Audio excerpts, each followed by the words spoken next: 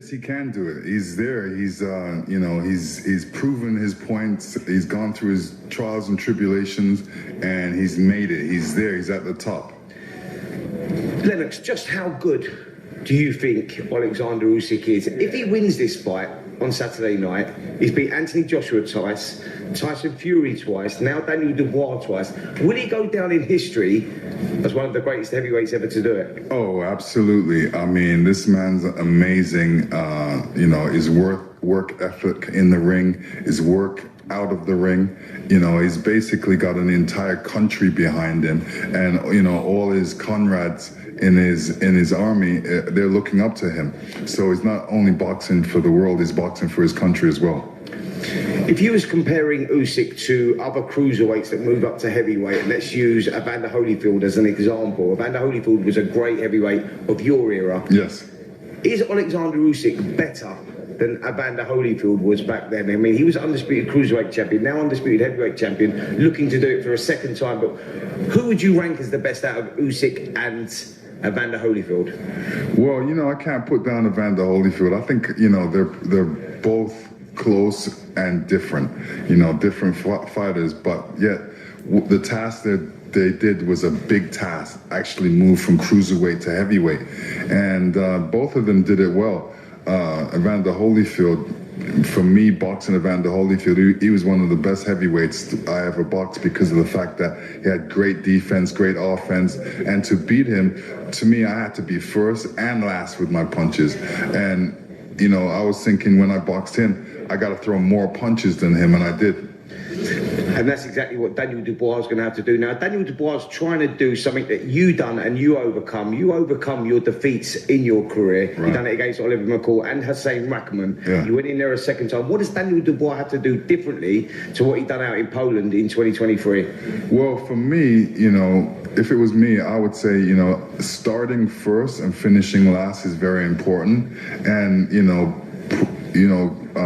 going after Oleksandr Usyk, he's not a true heavyweight, so I would bring my heavyweight size onto him and definitely push him back to the ropes and hit him with my jab.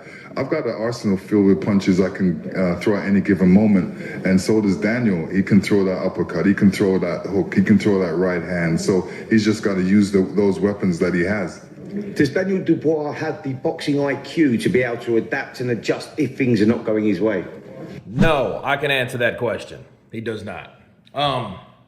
However, let me counterpunch based on what we heard from Lennox Lewis.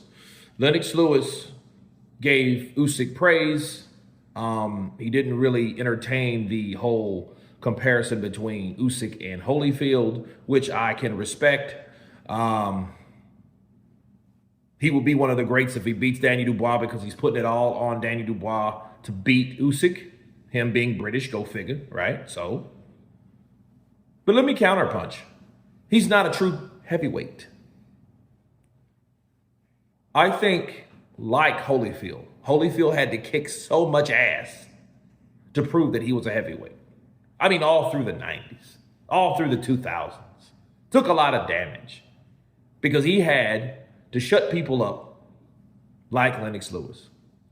Now, I know Lennox Lewis is what we called back in the day super heavyweight, because that's what you called anyone over 240, 250, super heavyweight. And Lennox Lewis was 6'4" and all of a heavyweight. Actually, he grown into his body through the 90s into the 2000s. By 2000, he was large and in charge. But to call Oleksandr Usyk, a person that's 227 pounds, a non-heavyweight or not a true heavyweight, is disrespectful. I'm sorry, it's just disrespectful. I mean, and I know the problems I've had with Lennox in the past, but I just have to, when I give him credit, I give him credit. But when he messes up or says something that I don't agree with, I'm going to say so too. Lennox Lewis saying that Oleksandr Usyk is not a true heavyweight now is deplorable. Okay? It's unacceptable. It's disrespectful.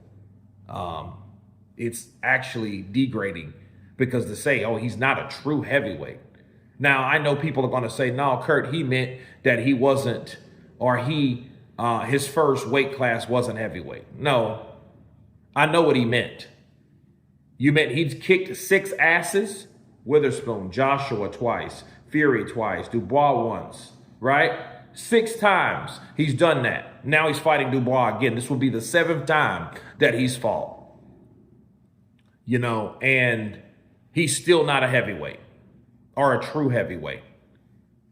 I think it's disrespectful. I think, you know, it's a way to give credit to Daniel without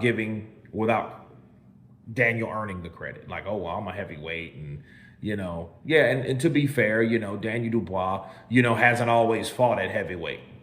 And for pros he has, but he had to get to that level that he's in. But 227 pounds, people, you got people that work bridger weights that are damn near 240 and 260 now, like Lawrence Akali and Kevin Ladena. So how can you then say Oleksandr Usyk is not a true heavyweight? How big does he have to be to be considered a true heavyweight? That's what I'm trying to figure out. Because I think the more we hear stuff like this, the more we won't give credit where credit's due. You know? This is what Lennox Lewis could have said, that Daniel Dubois is the naturally bigger man, and he should use his size. That's a totally different thing besides calling someone out of their name or not giving someone the title that they deserve as the unified heavyweight champion of the world. But anyway, that's my counterpunch. You guys tell me what you think of Lennox Lewis saying that Oleksandr Usyk, the unified heavyweight champion of the world, is not a true heavyweight. Of course, please subscribe. And you guys been Counterpunch.